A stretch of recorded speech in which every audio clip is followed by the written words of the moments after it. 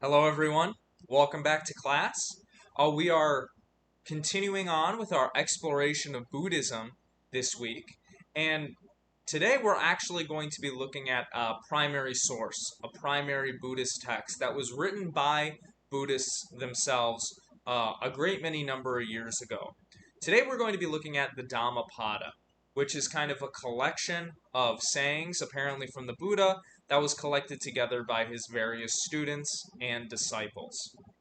I think this is generally a good idea to do because I don't want you just to take my word for it, what Buddhism has to say, Confucianism, Hinduism, or Taoism.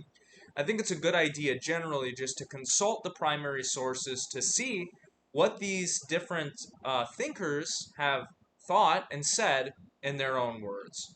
So, this is the general structure that we're going to follow in this class. The first week that we look at a particular view, I'm going to give you an introduction to it. And then the second week, we're actually going to dive into the primary sources and see what they have to say, how they support the general analysis that I provide for you, and hopefully give you a little bit more insight into these different Asian philosophies. So today we're only going to look at a few passages in sections 1 through 8. We're not going to look at all of the passages, but I would highly encourage you to read the entire Dhammapada if you have time. Not only will this help you understand Buddhism better, but you might find that it's also relevant to your life. All right, let's get started. So we're obviously going to start in section 1, and we're just going to go in order. And I'm going to try to provide for you my interpretation of some of these passages. I realize that these aren't going to be perfect, they're not going to be entirely holistic, so how you interpret these passages might be a little bit different compared to how I interpret them. That doesn't necessarily mean that I'm wrong or you're wrong. Again, we're all on different parts or phases on our own spiritual journeys, so how these passages might strike us might be a little different. In any case, take what I have to say with a tiny grain of salt. Do your own research, reflect on this stuff, see if you can draw anything else out of the text that you think is relevant to Buddhism more specifically or just your life generally. The first passage of section 1, the pairs, states Mind precedes all mental states. Mind is their chief. They are all mind wrought.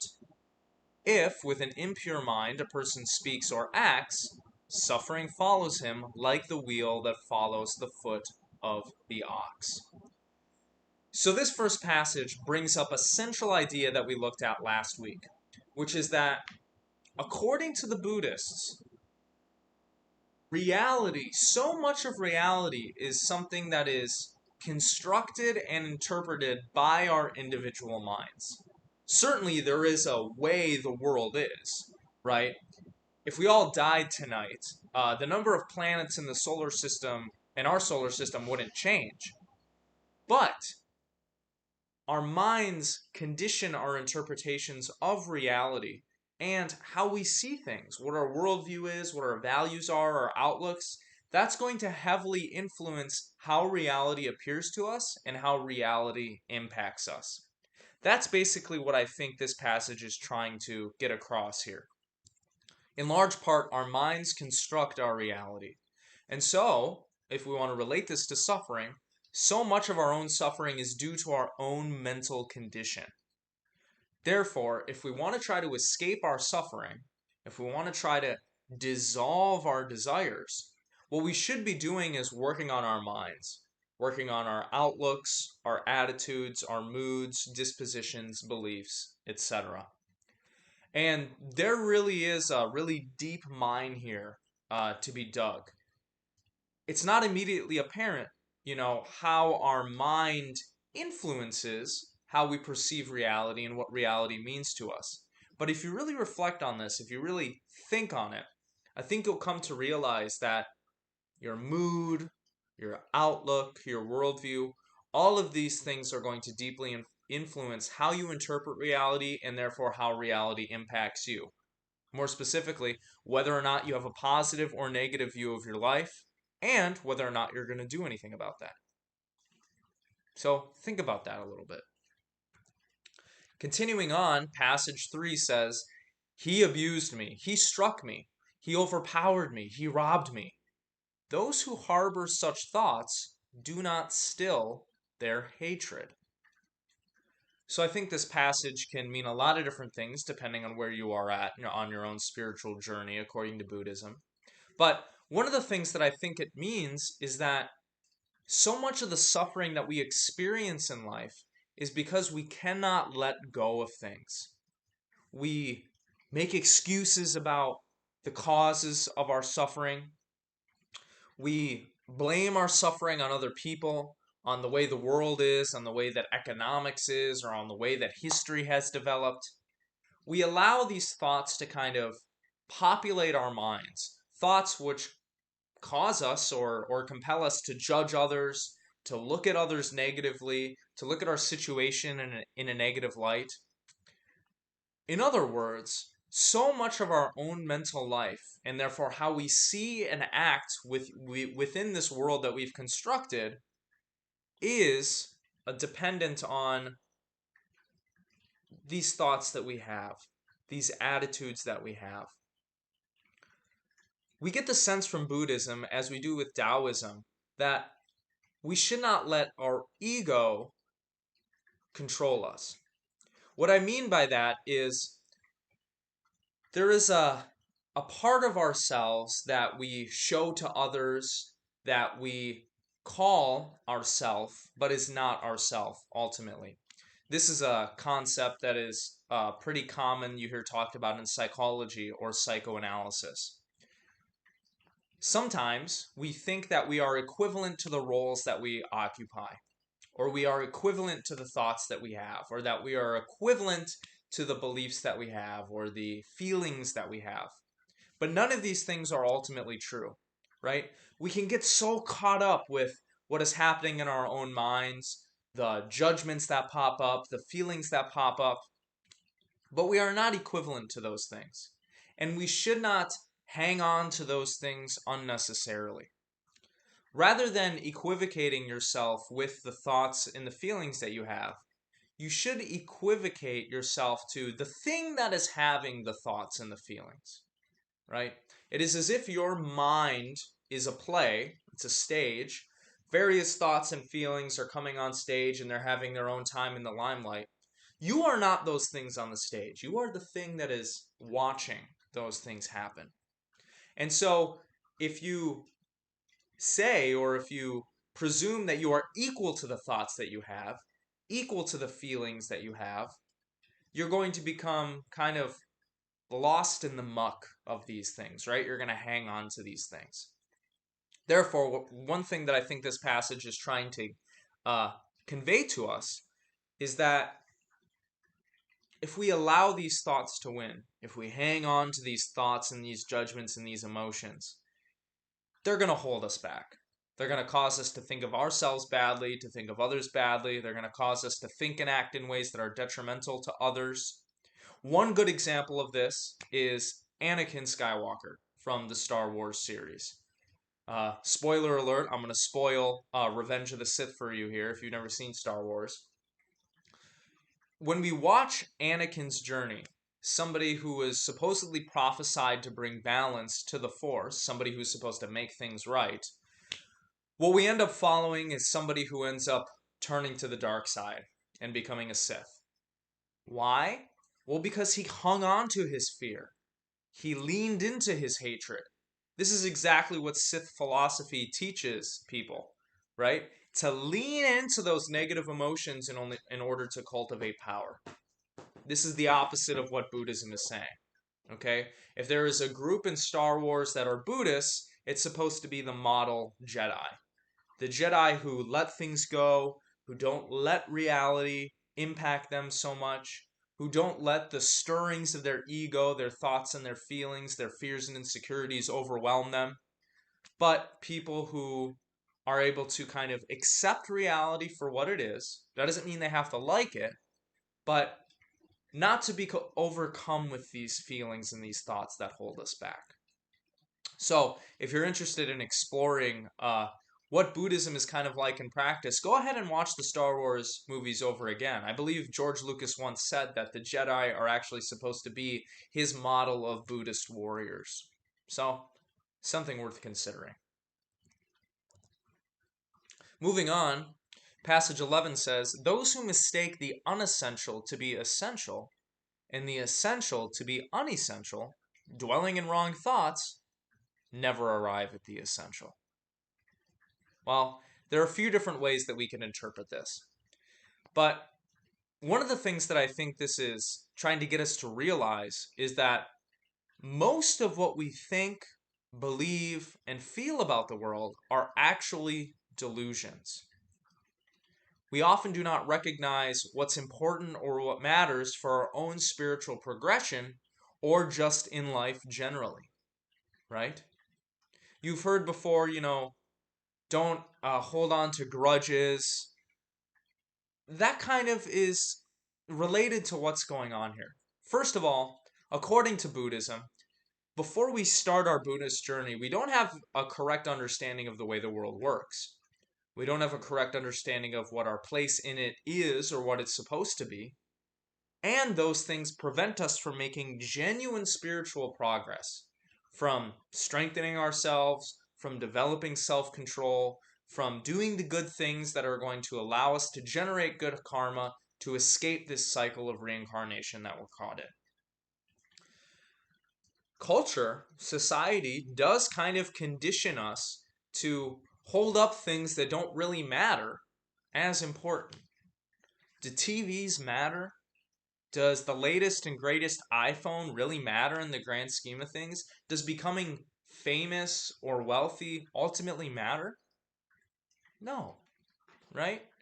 Ultimately, what you want is to be a happy, flourishing person. These things aren't necessarily going to get you there. They're certainly not sufficient for getting you there.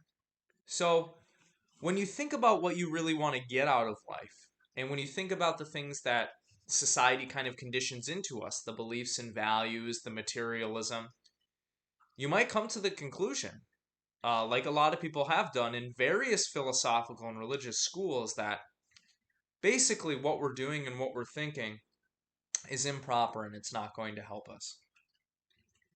This is my cat, Bit.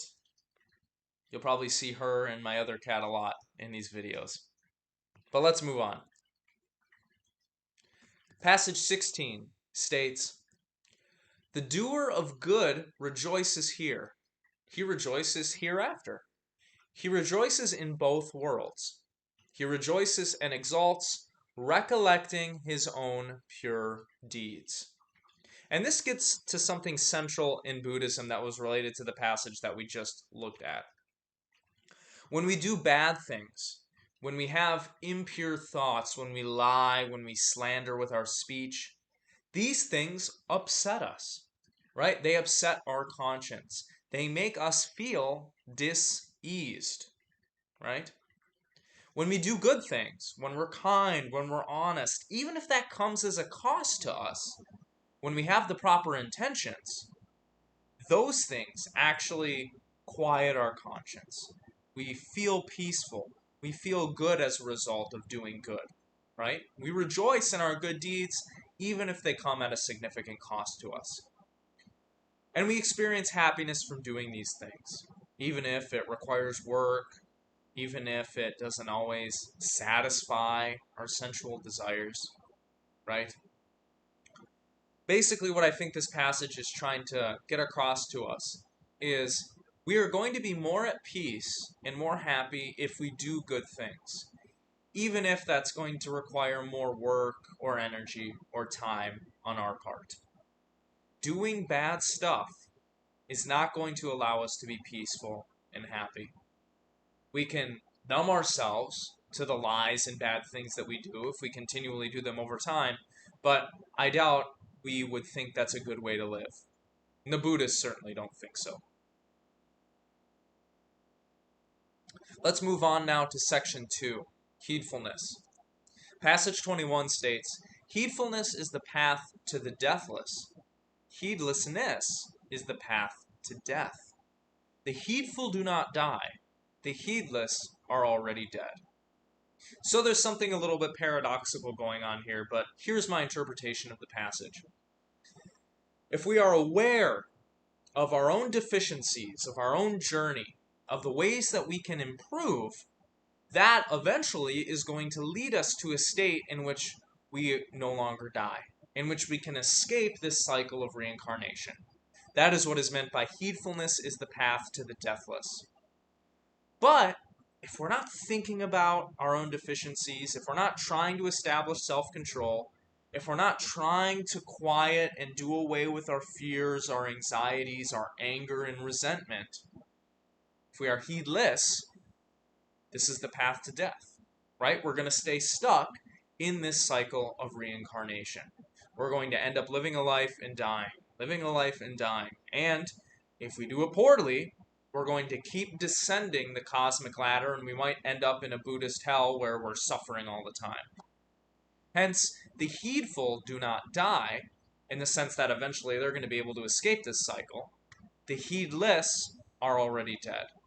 Because if they don't become aware of their thoughts, if they don't become cognizant and reflect on how they can improve, what they're doing right, what they're doing wrong, the heedless are just going to be stuck in this cycle, right? Dying and dying and dying. They're practically already dead. That is their fate. And so I've written here, we must cultivate self-reflection, attention, concentration, and work to know ourselves, our deficiencies, and our progress in order to escape this cycle. So, heedfulness is really important in Buddhism. Self-reflection is really important. We shouldn't just go through the motions of life. We should work on self-reflection. We should work on detaching ourselves from the concerns of this world, committing ourselves to the path.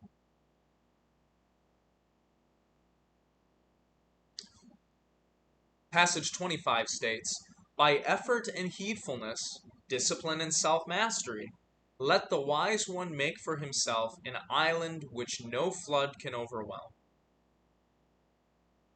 Intuitively, I think you can all understand this passage. Through effort, heedfulness, discipline, and self-mastery, we can make ourselves islands that can weather any storm. I bet you all know one person like this in your life, right? Who is just as cool as a cucumber, who does well under pressure, who doesn't let life get to them, who doesn't harbor grudges or hatred or resentment, who doesn't hold on to things, who kind of accepts what happens, doesn't let those things stir them up. It passes them by. This is what Buddhism is calling us to do. Okay? If we want to be happy, peaceful, and secure in our lives, we must individually cultivate self-control and practice detachment in our lives. If we get invested in all of these things, oh, I need to get an A in this class. Oh, I need to make sure my GPA is this way. I need to make sure I get this internship or else my whole life is going to fall apart. If I don't get summa cum laude, I'm screwed. No. If you invest too much time and energy in that crap, you're just going to drive yourself crazy. Okay? Your life is not going to end if you don't get an A in this class or any other class. Your life is not going to end if you don't graduate summa cum laude or whatever it is. You would be much more secure and much more peaceful if you detached yourselves from these things, according to Buddhism. If you stopped investing so much time and energy in all these earthly matters that don't really matter at all. Okay? If they're not helping you progress on your spiritual liberation, what good are they? You could say maybe you're just wasting your own time and energy doing that, right? You will discover this in life if you haven't already. People who are really, really invested in things are people who tend to be anxious, are people who tend to be insecure. They are not at peace. That peace is something that we have to cultivate through detachment and through heedfulness, through self-mastery. Moving on to section 3, the mind, passage 33 says, just as an arrow maker straightens an arrow shaft, even so the discerning person straightens his mind, so fickle and unsteady, so difficult to guard and control.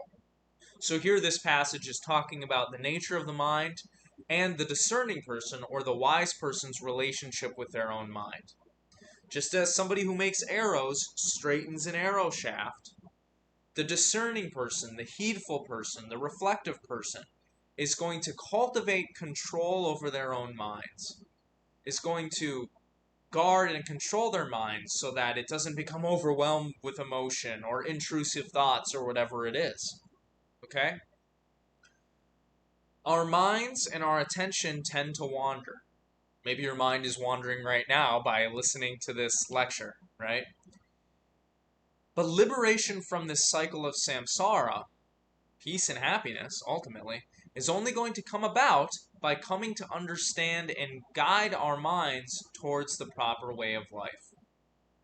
We need to be cognizant of what's going on, of what our deficiencies are, of what we're doing, of how we're impacting people, of our progress on this spiritual path.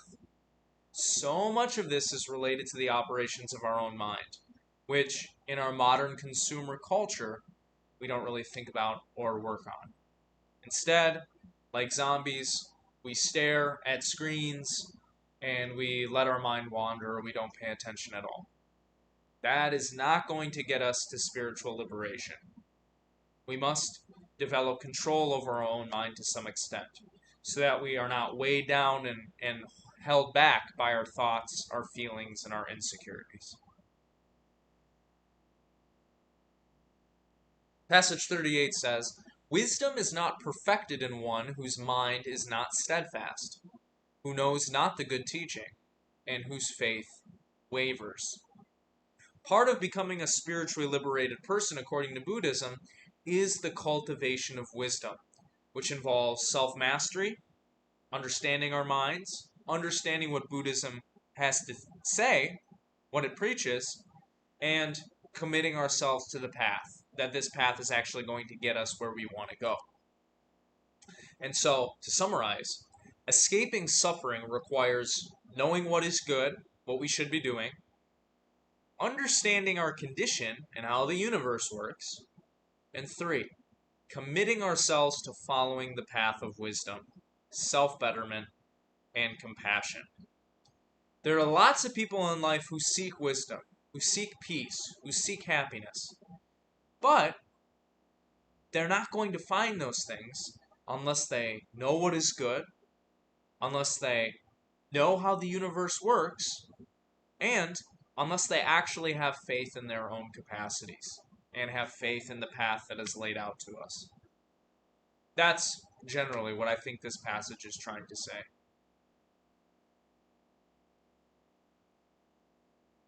Passage 39 states, "There is no fear for an awakened one, whose mind is not sodden by lust nor afflicted by hate, and who has gone beyond both merit and demerit." This is an important aspect of Buddhist philosophy. What is being expressed to us here is the state of the person who has detached themselves from the world, who is concerned with liberating themselves from suffering and from the cycle. What this passage is trying to get across to us is that people who have done this know things, experience reality, and have a different kind of life than those who are still stuck in this earthly realm, holding on to their lust, engaging in hate, being insecure, being attached to all of this stuff. One who is awakened is no longer afflicted by desire, fear, lust, hate, or delusion. They see the world clearly. They don't have resentment. They aren't affected by sexual desire or lust for other things. They don't fear things. They have eliminated their desires. It says that they are, quote, beyond both merit and demerit. Why? They no longer need to generate good karma for themselves because they have reached the threshold that generating good karma is no longer required. And they can't do bad things anymore because they've conditioned themselves to think and act in ways that are pure, that are desireless, that are fearless, lustless, hateless, delusionless. We might compare this with the philosophy of Friedrich Nietzsche that he writes about in his book, Beyond Good and Evil, although the idea is something slightly different in Nietzsche's philosophy. According to Nietzsche, the moralities and the religions of his time were weighing people down and holding them back. What he was calling people to do in his philosophy was to liberate themselves from these constraining systems so that they can become a stronger, better person, so that they are not held back by these systems of morality. Buddhism is going to say, no, like there is a system you should be following here. The system is Buddhism. But where it's going to agree with Nietzsche is that it is both possible and desirable to liberate yourself ultimately from these systems once you've progressed far enough on the path, once you've persevered long enough and changed the way your mind works and how you act. Indeed, what Buddhism is saying here is that once you go far enough along in the path, you don't have desires anymore. You don't have fears. You don't feel negative emotion like this. Instead, you will have reached the point where your awakening is almost guaranteed as long as you just continue down the path. Very few people reach this point though, so this isn't something that can easily be done. It's something that requires a lot of hard work and many different lifetimes. If you hear my cat playing with his ball in the background, don't mind that. Maybe you'll see him in one of these videos. Passage 40 in the mind states, realizing that this body is as fragile as a clay pot, and fortifying this mind like a well-fortified city, fight out Mara with the sword of wisdom. Then, guarding the conquest, remain unattached. What Buddhism is trying to relate to us here is the relationship between the mind and the body, and which one of these that we should prioritize. We should prioritize the mind over the body. Okay? It says that this body is fragile as a clay pot. We shouldn't try to become the biggest and best hunk in the world. Okay? We shouldn't devote all of our efforts to beautifying and perfecting our body, because doing that is not going to lead us to escaping from the suffering that we have. Rather, what we should be working on is our minds. Okay? Because again, our minds heavily influence how we see the world, how the world impacts us, and our own progress on our spiritual journey. So our focus should be on our mind or our spirit, whatever you want to call it, not the body and material things, which will not satisfy us and which will fade away. What's going to ultimately make you happy in life? It's not that nice car. It's not that nice job. It's not having the latest and greatest iPhone or having the best artwork in your home. These material things. Ultimately, what's going to make you happy is changing your mind, conditioning your mind to think certain thoughts, to see the world in a certain way. We know this because even poor people can be happy, right? And rich people can be miserable. Wealth and material things are not sufficient or necessary for happiness. Rather, our focus should be on what you might call immaterial things. Values, ideals, outlooks, attitudes. That's basically what I think this passage is trying to say. The body is going to fade. The body does not matter as much as the mind. Let's move on now to section 4, flowers. Passage 47 states, as a mighty flood sweeps away the sleeping village, so death carries away the person of grasping mind, who only collects the flowers of pleasure. This passage, I think, is kind of calling out the contemporary culture that a lot of people are engaging in Western society. What do people do nowadays? Well, ultimately, they're trying to make themselves feel good, right? Why do you watch Bridgerton or Love is Blind Season 2? It makes you feel good, right? It's pleasurable. Why do you smoke weed and drink alcohol?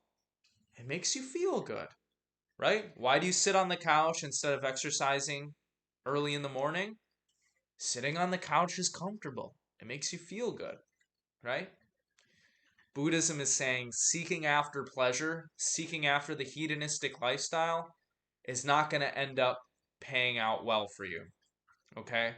Death is going to carry away the person of grasping mind who collects only the flowers of pleasure. Chasing pleasure, chasing the satisfaction of our desires, chasing fleeting things like the material things that we looked at in the last passage, will not ultimately be satisfactory or liberatory from us.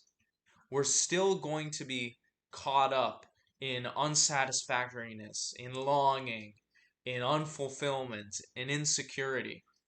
This stuff is going to keep us within the cycle. This is something that Western philosophers have also discussed, notably Soren Kierkegaard, the Danish existentialist, in his work Either Or, which comes in 2 volumes. In the first volume, I believe, Kierkegaard describes the life of the person who lives for pleasure. And what he says ultimately is, if the person who lives for pleasure really sat down and thought about what they were doing, they would just commit suicide now and end it all. Why?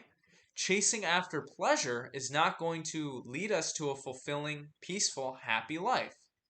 What happens when you satisfy your desires? What happens when you chase after pleasure?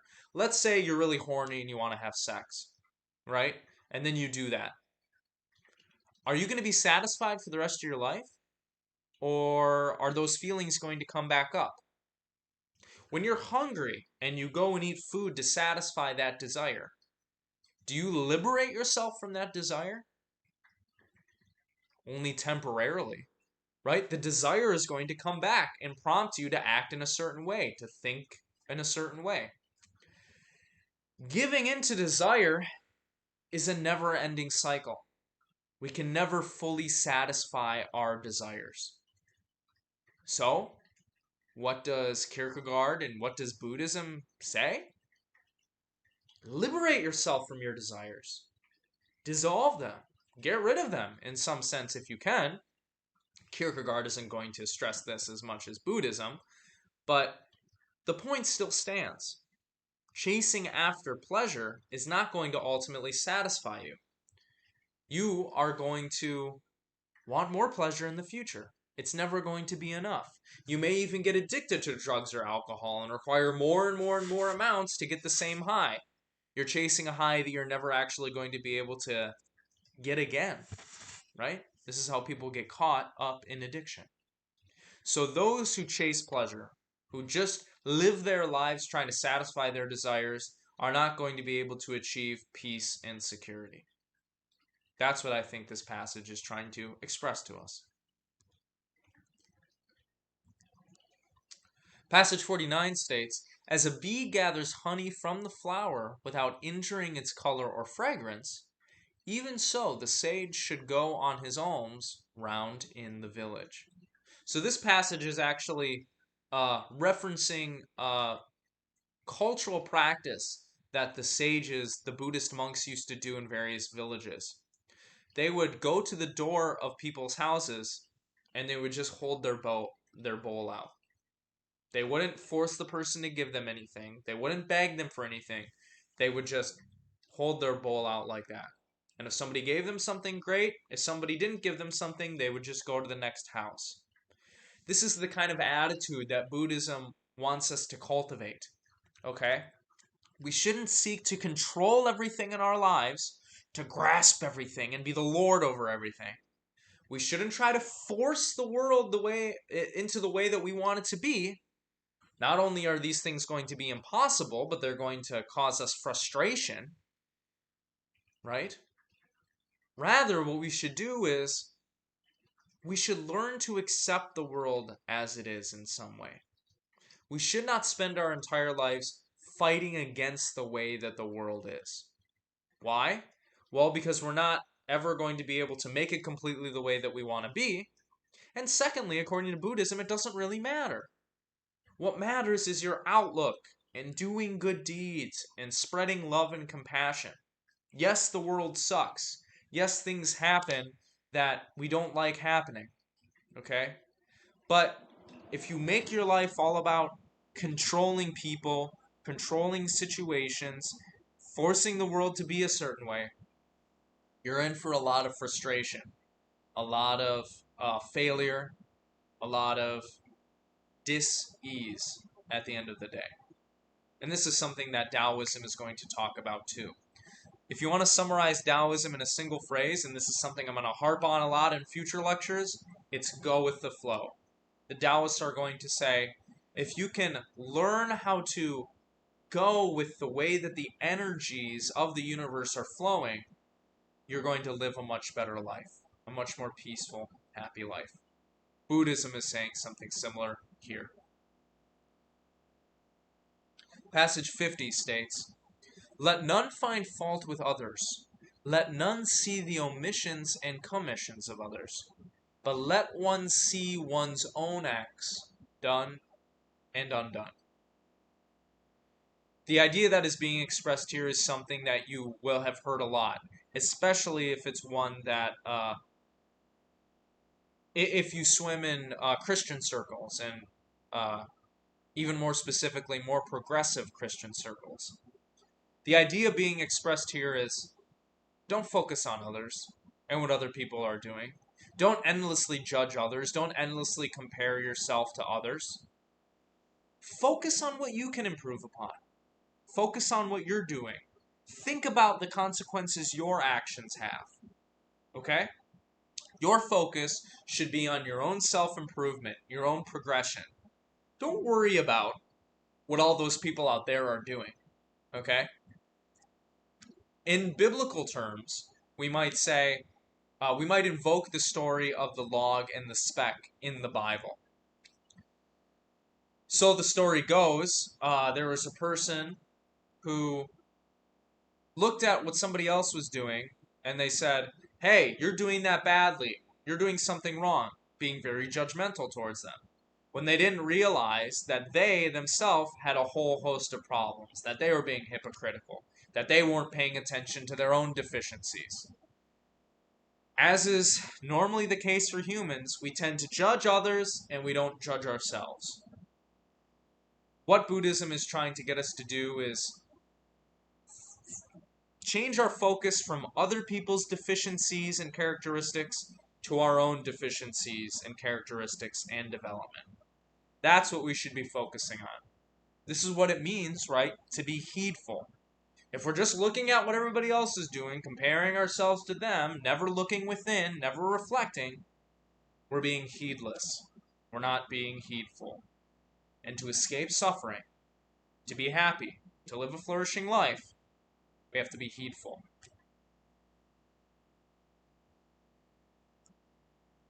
Passage 54 states, "Not the sweet smell of flowers, not even the fragrance of sandal, tagara, or jasmine goes against the wind, but the fragrance of the virtuous goes against the wind. The virtuous person pervades all directions with the fragrance of virtue." So I think there are a number of things being said here. First of all, what's being invoked is how the virtuous person lives their life in relation to how other people in society are living their lives. If you are being a good person, if you're focusing on your own development, your own betterment, what are you doing? Well, ultimately, you're going against the grain in society, right? Think about the way people in Western society act. It is now normal to be overweight. It is normal to judge others. It is normal not to really get exercise. It's normal to be a zombie and sit on the couch at night and watch your shows. It's really normal to drink, and perhaps drink a lot, right? It's normal to chase material things, to try to accumulate wealth or status or fame. All of these things are propped up in Western society, normalized. Are these things what the virtuous good person, is this what they're chasing after? I would say no, right? The virtuous person is looking at themselves. They're trying to make their body better. They're trying to make their mind better. They're trying to look after their own health. And to do that, what are they going to do? They're going to limit their screen time so they're not addicted to social media. They're going to exercise. They're going to eat the proper diet. They're going to get the proper sleep. They're going to see a therapist, right, for their mental issues, for their mental disorders, whatever it is. The virtuous person is not going to act the way everybody else in society acts. Okay? That's one of the ideas that's being expressed here. But there's a further idea. And this is related to the smell, the fragrance image that's being invoked. The people who are not doing what they should be doing, not saying the right things, not having the good thoughts, the aura they give off, the fragrance they give off, is what everybody else is giving off. It's not really noticeable. It's not inspiring. What is the virtuous person doing? Well, through their thoughts, through their speech, through their actions, they're not only going against the grain, but they make themselves noticeable to others. They make themselves a beacon to others, a role model. Their fragrance extends out beyond them and pervades in all directions. Thus, what Buddhism and liberation from suffering is ultimately calling for is thinking and acting in ways unlike the world. And if we do this, right, if we achieve self-mastery, if we're trying to progress along the spiritual path, if we say good things, if we don't gossip, if we don't lie, if we spread love and compassion, this is going to have ripple effects on others around us, right? If we do good things, that is going to make it more likely that the people around us will see that and they will also do good things. But if everybody's just doing the same thing, falling short of the ideal, nobody's going to improve, right? Nobody's going to try to improve. I think that's one of the ideas that this passage is trying to get at. Let's move on now to section 5. Passage 60, the fool. Long is the night to the sleepless. Long is the league to the weary. Long is worldly existence to fools who know not the good teaching. This passage is invoking another idea that we've already mentioned, I think in the previous lecture, which is that the path to spiritual liberation out of this cycle of reincarnation, out of suffering, is one that requires time and effort. Okay?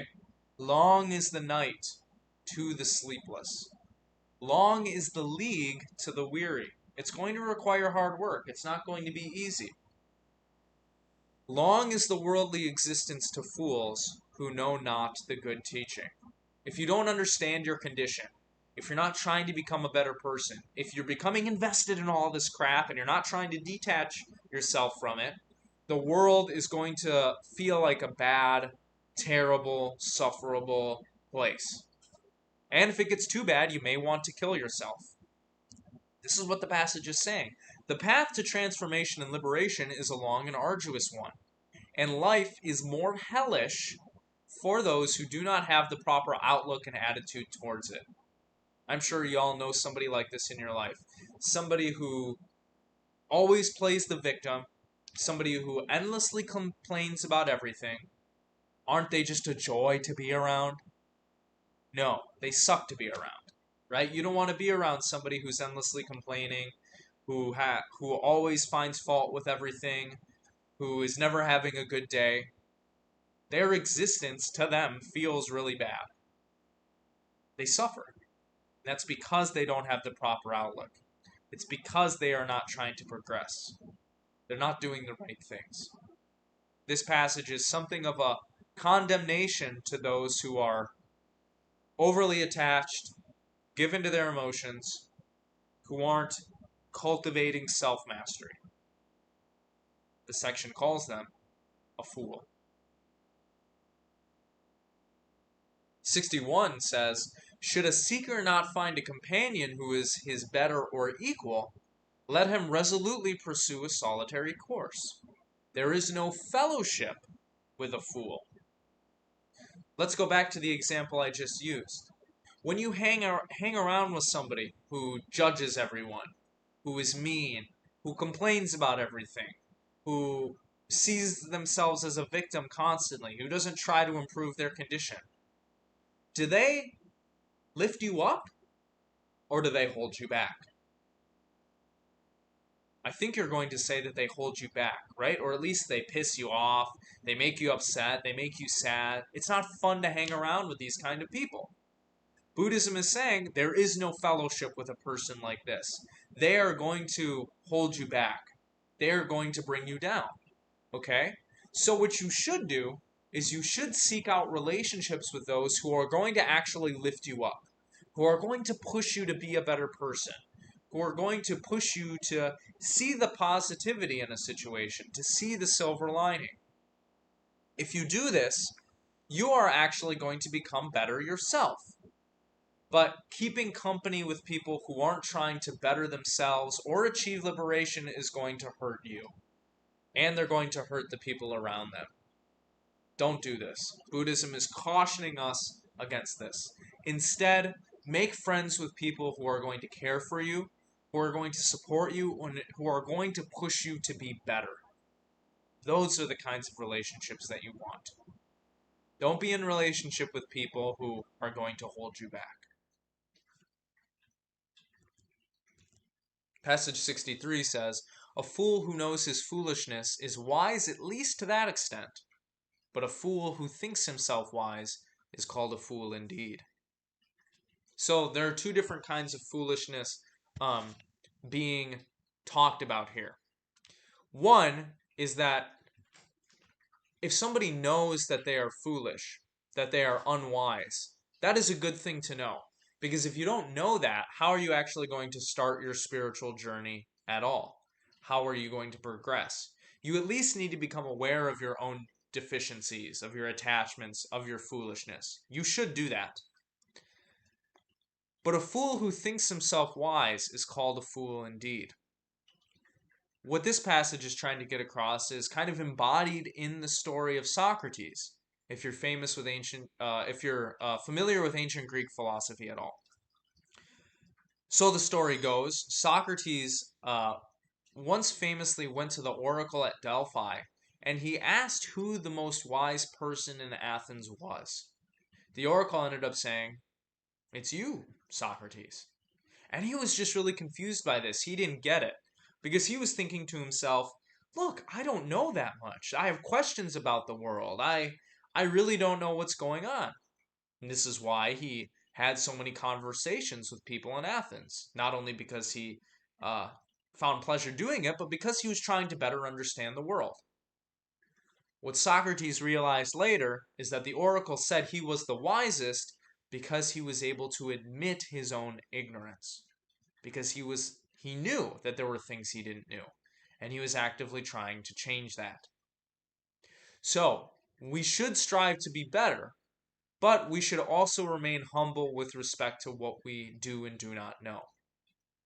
It's not going to be useful or good for us to be proudful, to be hubristic, to assume that we know how the world works in all these different ways.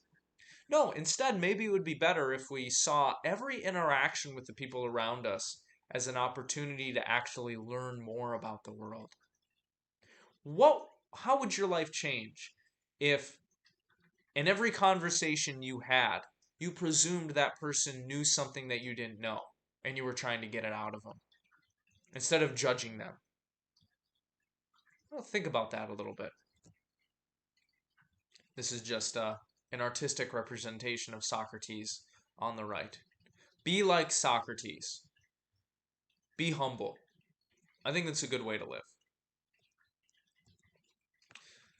Passage 69 states, "So long as an evil deed has not ripened, the fool thinks it is sweet as honey. But when the evil deed ripens, the fool comes to grief." What is this passage saying? Well, it's saying something like, look, our actions have consequences. Okay? We don't always know what those consequences are going to be. It would be foolish for us to assume that we know always how our actions are going to impact people. First, we should recognize that our actions do impact people. And second, we should think about the consequences of our actions before we do anything. Okay? If we don't, we're being foolish. We should think before we act, and we should be cognizant of how our actions impact ourselves, others, and society. We do not live in a vacuum. Okay? Everything that we say and do is going to have ripple effects on our environment, and even across the globe to some extent. So, we need to be heedful. We need to think about these things. We need to think about how our speech and actions impact others. Otherwise, we're going to think and do things that harm ourselves, and others. Passage 71 says, "Truly an evil deed committed does not immediately bear fruit, like milk that does not turn sour all at once, but smoldering, it follows the fool like fire covered by ashes." The idea being expressed in this passage is one similar to the one being expressed in the last passage. It's not immediately apparent what the consequences of our actions are. But that doesn't mean that our actions don't have consequences. And those consequences might come back and bite us and others in the butt. Again, our actions have a rippling effect on the world and on others that we cannot foresee or predict. We can rightly say, I think, in some sense, actions will continue to haunt ourselves and others through their consequences if we are not careful. This is a point that the philosopher, German Jew Hannah Arendt makes in her book, The Human Condition. She says one of the reasons why forgiveness is so important is that we cannot foresee or control the consequences of our actions. Consequences always beget more consequences. Okay? It's not as if we act once and that's the way that the world is forever. No. Our actions have consequences. Those consequences produce more consequences, so on and so forth, like a line of dominoes. If we're not careful, our actions will produce consequences that haunt ourselves and others, even if we're not immediately aware of it at the time. Passage 73 says, "The fool seeks undeserved reputation, precedence among monks, authority over monasteries, and honor among householders." Here, this passage is trying to get us to understand what the foolish life looks like. What does it look like? The foolish person seeks materiality. They try to get everybody to like them. They try to seek after a good reputation. They try to seek after political power and authority. None of these things ultimately matter. Okay? Seeking a good reputation or fame or power is not going to bring us peace and happiness. We should perhaps be cautious of those who are seeking after those things. Or at least maybe we don't want to follow their example. Think about the people in Western society who chase after fame, who chase after political power. Think about our political representatives. Are they good people? Do you trust them? Do you think that they are at peace and that they are happy? Or would you be led to the belief that maybe they are covering up their own suffering with pleasure, with hedonism, with power? Well, think about that a little bit. In any case, what Buddhism is trying to get across here is we need to seek after the proper things. Trying to seek after reputation, power, authority, it's not sufficient for liberating us from suffering. Now let's discuss what actually the wise person looks like according to Buddhism. 76 says, "If one finds someone who points out faults and who reproves, one should follow such a wise and sagacious person as one would a guide to hidden treasure. It is always better and never worse to cultivate such an association." This passage brings out an idea that we already looked at in this video, which is that we should cultivate relationships with those who are going to lift us up, who are going to tell us where we can improve, who are going to show us our deficiencies. I know it's hard. I know it doesn't feel good, but these are the kinds of relationships that we should be cultivating. Okay? People who are going to be honest with us, who want to see us improve, who want to lift us up, who want us to be better. Those are the people that we should be forming relationships with and following. If we find somebody who is better than us, physically, mentally, morally, we should look to them as an example rather than perhaps the ways of the unwise, foolish world.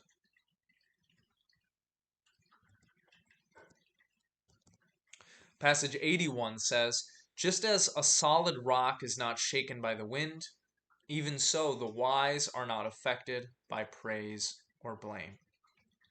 The people who are following the correct spiritual path, who understand the world, the wise person, according to Buddhism, they don't let praise or blame or reputation or happy or cruel words get to their head. Okay? We should strive to be like this as well. We should strive to not worry so much about the opinions of others, about our reputations, about cultivating fame or honor in others' eyes. Rather, again, we should be focused on self-improvement, self-betterment, being a more moral, kind, compassionate, honest, loving person. We shouldn't let praise or blame get to our heads. If we can do these things, we are going to be more secure and more peaceful during our lives. Passage 84 says, "He is truly virtuous, wise, and righteous, who neither for his own sake nor for the sake of another does any wrong, who does not crave for sons, wealth, or kingdom, and does not desire his own success by unjust means." Here Buddhism is laying out for us what the wise, virtuous, and righteous life looks like. It doesn't seek the things of the world. It doesn't seek wealth, honor, sons, a kingdom, whatever it is. It doesn't try to get one over on others. It doesn't try to exploit others or screw others or get money. No. Rather, the virtuous, wise, righteous life is one that tries to dissolve personal desire of these worldly things. One that seeks after self-improvement and betterment. If we are not careful, our desires will make us slaves. This is really important. I really want to emphasize this.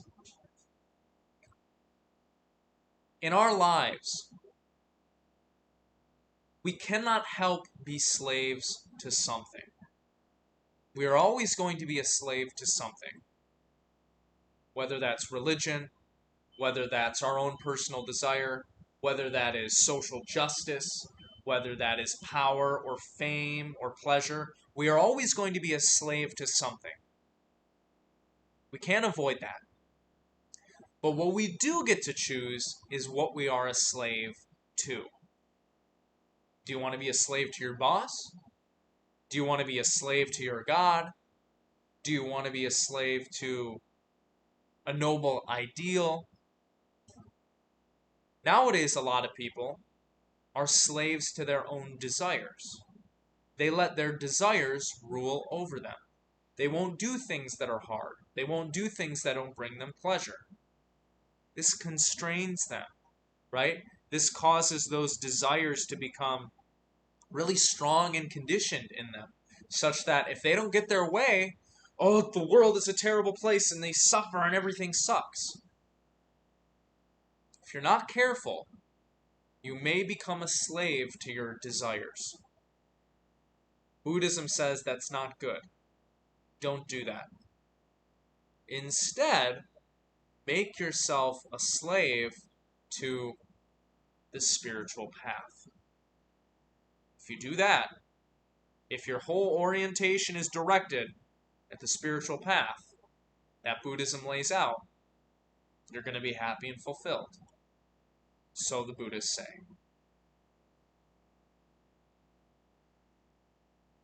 Passage 85 says, and there's only a few more of these, few among human beings are those who cross to the farther shore. The rest, the bulk of people, only run up and down the hither bank. Buddhism here is echoing an idea that Christianity also echoes in its discussion of salvation. Many people fail to become enlightened or awakened or liberated from this sufferable cycle. The path is difficult. It's long.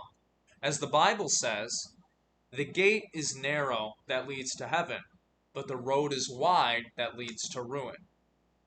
The same thing is true of Buddhism. Few people ever are going to become enlightened and escape this cycle, because it requires a lot of time and energy and effort. Thus, few among human beings are those who cross to the farther shore. The rest, the bulk of people, only run up and down the hither bank. If we really want to get out of the suffering that we experience according to Buddhism, got to throw our heart and soul into it. We got to grind. This is something that not a lot of people are willing or able to do.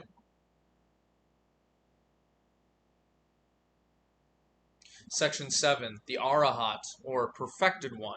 Passage 91 says, the mindful ones exert themselves. They are not attached to any home.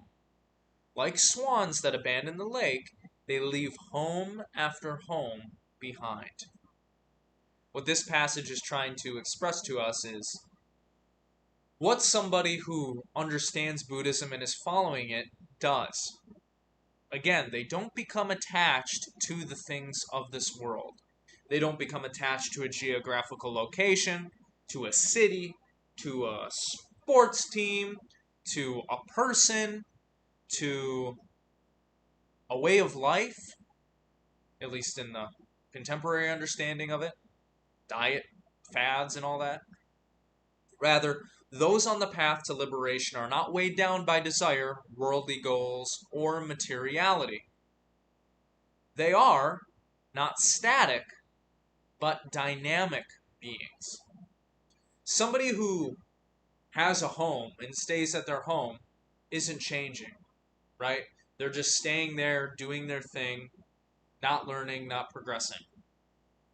What Buddhism calls us to engage in is a life that is not static, but that is dynamic. One that follows a process of betterment, okay? We should always be trying to get better and better and better.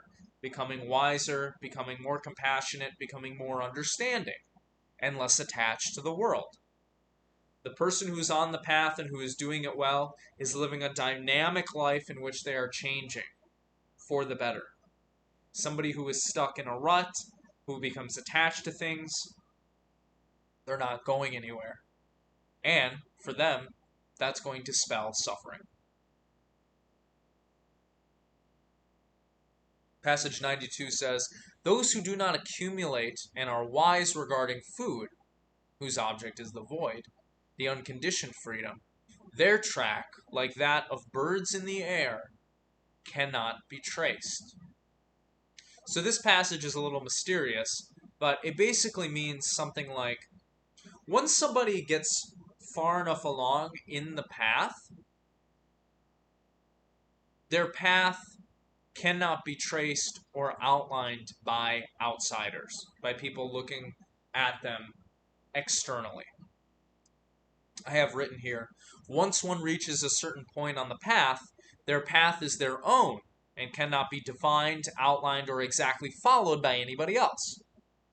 As we come closer to liberation, Buddhism says, we come to be fundamentally transformed and understand things that are outside of normal human comprehension and representation.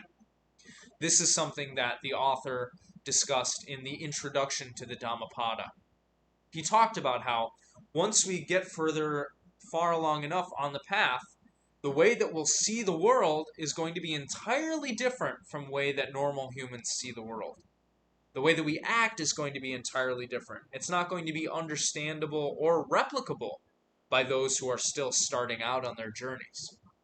Thus, what is being represented here is the fact that if one really does follow the Buddhist teachings, one will become transformed. Their mind will become transformed, their outlook.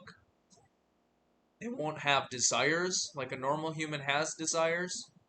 How they see and act in the world is going to be transformed in such a way that people looking at them from the outside are not going to be able to make complete sense of them or understand them or know what they know. Passage 95 says, "There is no more worldly existence for the steadfast one, who, like the earth, resents nothing. One who is as firm as a high pillar and as pure as a deep pool, free from mud."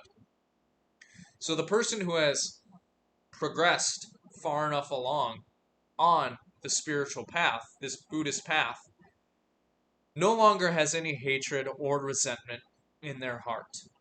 They have accepted, in some sense, the way that reality works, and they don't hate it.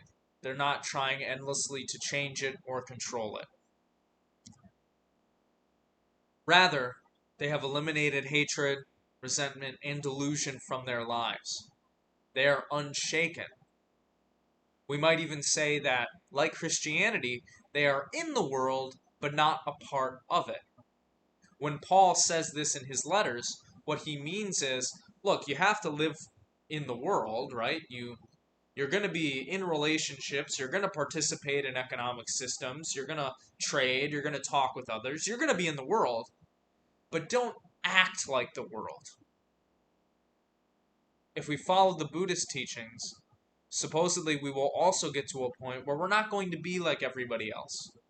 We're not going to be a mindless consumer. We're not going to be addicted to social media technology. We're not going to be a slave to drugs and alcohol or our emotions or our desires. We will have cleaned all of these things away and out of our lives in the world, but not like everybody else, if that makes sense. Finally, the last section we'll look at, section 8, the thousands. Passage 100 says, "Better than 1,000 meaningless words is one meaningful word, hearing which one attains peace." The basic gist here is, words, like a lot of other things in life, quality over quantity matters. We should focus on and cultivate quality over quantity in our speech, in our actions, in our thoughts, etc. If we just say a bunch of words that don't mean anything, that we don't mean, that don't really do anything for anybody, we're not helping ourselves and other people. Similarly, we can have a bunch of surface level thoughts or engage in a bunch of inauthentic actions just going through the motions, but that's not going to help us or other people all that much. What matters is quality, authenticity, heedfulness. That is what matters. Not doing a bunch of crap that doesn't really matter.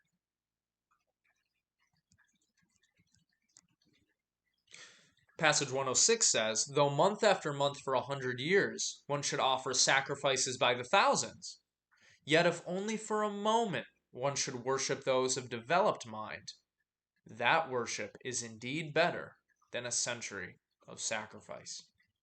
So the idea being expressed here is similar to the one in the last passage. What matters is the quality of our thoughts, our speech, and our actions. We can make a bunch of sacrifices to our God, but if our heart isn't in it, that's not going to help us progress along the spiritual path, right? Going through the motions when it comes to religion, when it comes to Buddhism, whatever it is not enough for liberation. One must also have the proper mindset, and one must be sincere in their actions. That's why, if only for a moment one should worship those of developed mind, that worship is indeed better than a century of sacrifice that was done heedlessly or mindlessly, or in which one was just going through the motions. So I realized I just dumped a lot of information on you, a lot of interpretations. Those interpretations are almost certainly not holistic, right? They're coming from my own understanding of Buddhism, my own time with it. See if you can, divine some other interpretations that are meaningful to you, that you think are commensurate with Buddhist doctrine. In the meantime, as you go through this week, I want you to meditate on a few things some more. Again, think about the same questions that I asked you last time. What is the relationship between your desires and the suffering you experience in your life? Who's responsible, again, for your suffering? Are you coming around to the Buddhist teaching a little bit? How can you eliminate suffering from your life? Do you see wisdom in the passages that we looked at? Do you disagree with any of them? If you do, which ones do you disagree with? Why do you disagree with them? Do you think there's some good in them? Are there some that you want to add to your own life, work on, make a part of your own daily routine or reflection or meditation or whatever it is? In any case, this last lecture about wraps up our exploration of Buddhism. That doesn't mean you have to stop investigating it, though. There are other canons and texts out there that you can read. If you're interested in reading more about this or checking out Buddhism more, check out some YouTube videos, read some more of the Dhammapada or the Pali Canon or some other Buddhist texts. It has been a joy to explore some of this with you. I hope you've got some value out of it. And I look forward to hearing what you all have to say in your discussion posts and your writing assignments. Okay, thanks again. I will see you next week, in which we're going to jump into another Eastern philosophy. Okay, bye.